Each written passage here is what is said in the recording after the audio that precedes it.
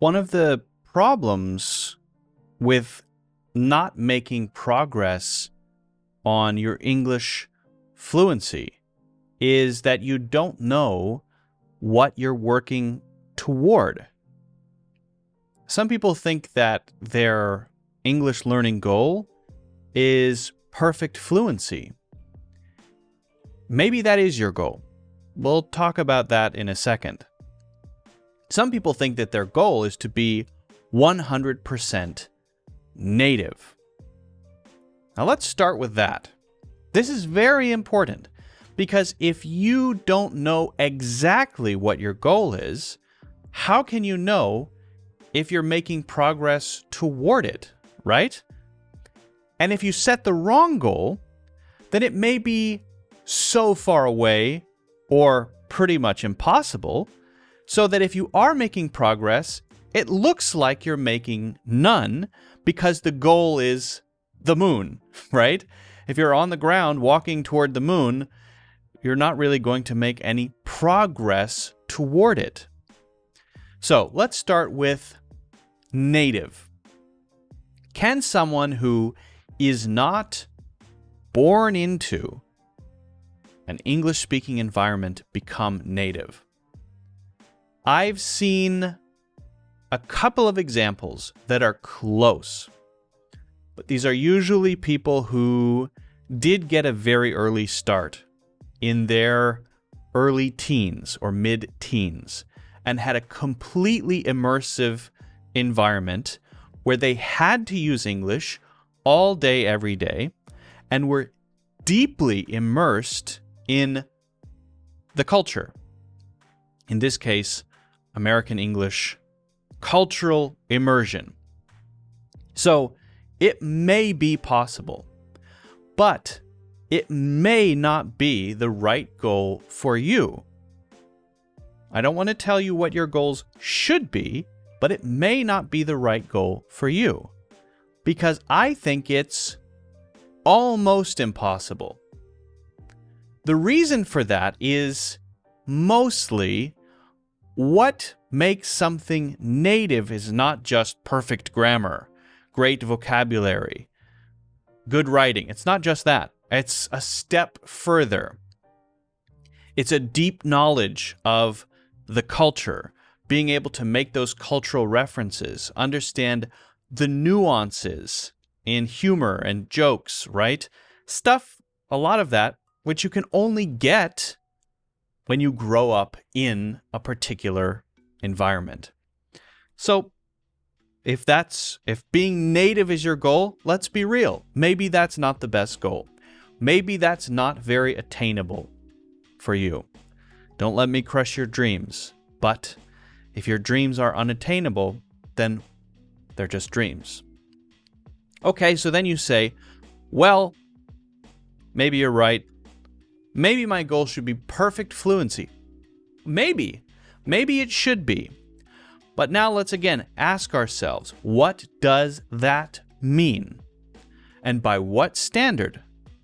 So if you're going to set that as your goal, perfect fluency, who will measure it? And what does it mean? Does it mean that you never make a mistake? Probably not. I make mistakes all the time. I consider myself to be fluent, right? I make mistakes, so it's not that. Could it be attaining a certain score on an exam like TOEFL or IELTS? Well, it could be, but that may just give you a general idea about your current level, and it doesn't capture the full range of communication that you would have in the workplace, right at school, in your daily life. And you might be a really good exam taker, but not a great communicator. So I think it's a good general guideline, but I don't think it should be the final thing that says, now you are fluent. So then again, what? Well, you can get people's opinions. You can get a native speaker to say, yeah, I think you sound fluent. So maybe you combine that with the score you got on the IELTS or something, and you can say, I'm fluent. But at the end of the day, what decides that is you. Maybe you going out and getting opinions and scores, but finally you have to say, I made it. I'm here. I arrived. Okay, so it does come back to you and how you feel.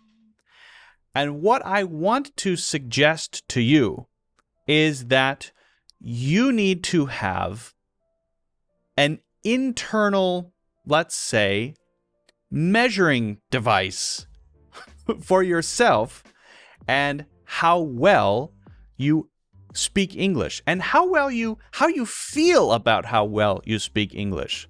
That's actually very important. And you may decide, if you stop saying, I'm going to let other people decide how good I am, I'm going to make it how I feel, then you may decide that fluency is not really your goal. Maybe your goal, instead of being fluency, is confidence. If confidence is your goal, then you may have some very big weak areas. You may, your ability to use phrasal verbs may be not that great, but when you are communicating, writing, having conversations, when you're doing those things, you feel like you know what you are doing. And you're okay with not being perfect. In my opinion, this is a better way to think about progress in language, because we use language every day, right, to communicate, to write, and it's not something that we measure in daily life, right? It's more about how we feel when we are using it. If you set confidence as your North Star instead of fluency, or instead of being native, or instead of some score or something like that, if you set that as your North Star, then you begin to think differently about how you learn English. You start to think things like this.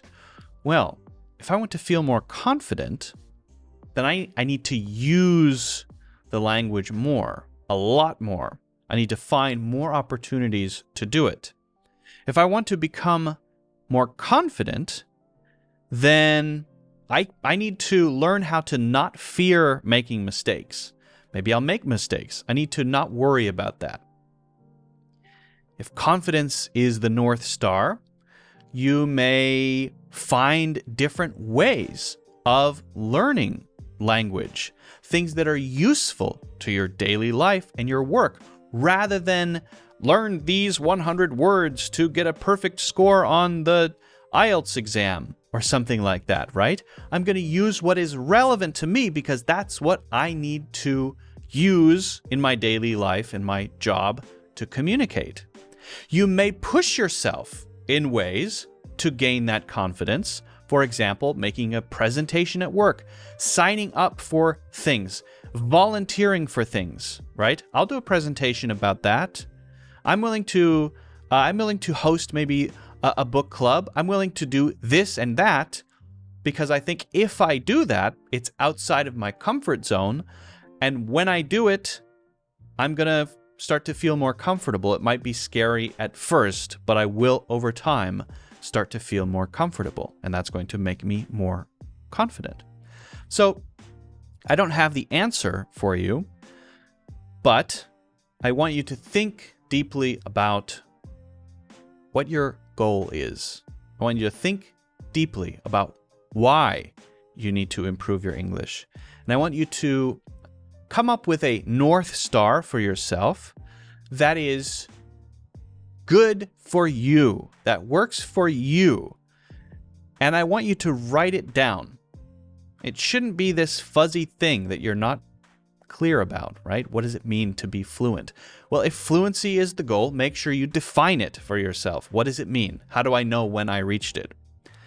If your North Star is confidence, well, then it's not really easy to measure that, but you will know it because you will feel that way, right? When you're having a conversation, when you're delivering that presentation, when you're writing that email, right?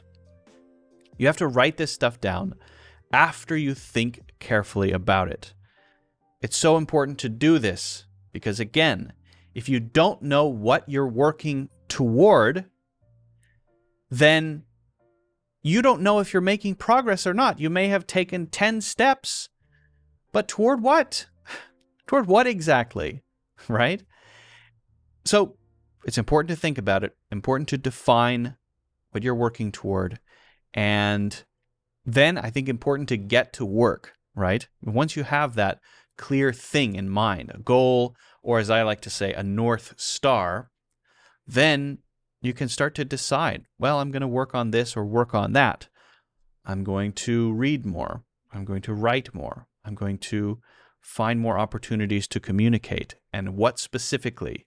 What things will I do? Join a book club, right? Read one book a month. Watch more YouTube videos in English, right?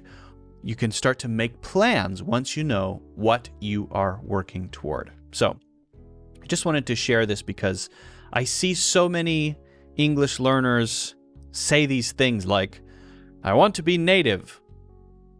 I want to be fluent, without really thinking about what that means, whether it's attainable, and whether it's even a good goal for you. Okay, so think about it. Let me know what you think about it in the comments. If you haven't already done so, don't forget to hit the like button and subscribe. And I will see you in the next one.